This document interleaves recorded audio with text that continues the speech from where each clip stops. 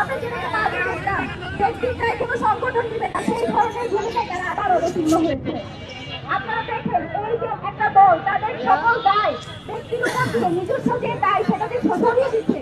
এই যে সে ধর্ষণ করে সেই ক্ষমতা, সেই অনাথি সে পেয়েছে তার দল সরকারে আছে বলে, এটাকে তারা অস্বীকার করে নিজেদের দায় যদি ছেড়ে দিতে চায় তাহলে কিন্তু আমরা সেটা মেনে নিব না। ব্যক্তির দায় অবশ্যই দলকে নিতে হবে, তাকে বহিষ্কার করতে হবে, তার ব্যাপারে কি সিদ্ধান্ত নিচ্ছে সেটাও আমাদেরকে দেখাতে হবে। যদি তারা এটা না পারে তাহলে তারা বলুন আন্দোলন সংগ্রামের মাধ্যমে তাদের ন্যায্য অধিকার, তাদেরকে বিচার পাওয়ার অধিকার সেটা তারা আদায় করেনি, সেটাও তারা করতে দিবে না। মত বলে নাকি মত বলে আন্দোলন সংগ্রামের আন্দোলন সংগ্রাম সবগুলোকে তারা মত আখ্যা দিবে, কিন্তু নিজেরা যখন করবে সেটা হয়ে যায় বিক্ষোভ।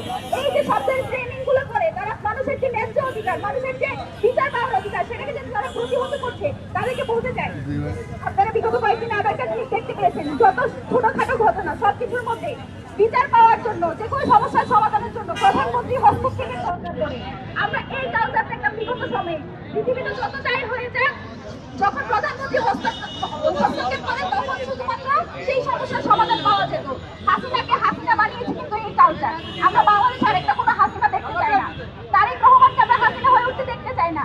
এই ব্যাপারে তারেক রহমান কি সিদ্ধান্ত নিয়েছেন সেটা আমরা জানতে চাই, এবং এই ব্যাপারে যতগুলো ধর্ষণ হয়েছে সেই ধর্ষণের ব্যাপারে চিরকালের সেই সরকার ঘোষণা করবে বলে আমরা তাদের উপর আশ্বাস রাখতে চাই, বিশ্বাস রাখতে চাই। ধন্যবাদ সকলকে। ধন্যবাদ মুক্তিযুদ্ধ গণতান্ত্রিক আন্দোলন বিষয় সম্পাদককে। এই পর্যায়ে বক্তব্য নিয়ে আসার জন্য অনুরোধ করছি ডাকসুর কার্যনির্বাহী সদস্য রায়হান উদ্দিনকে। বক্তব্য নিয়ে আসছেন ডাকসুর কার্যনির্বাহী সদস্য রায়হান উদ্দিন।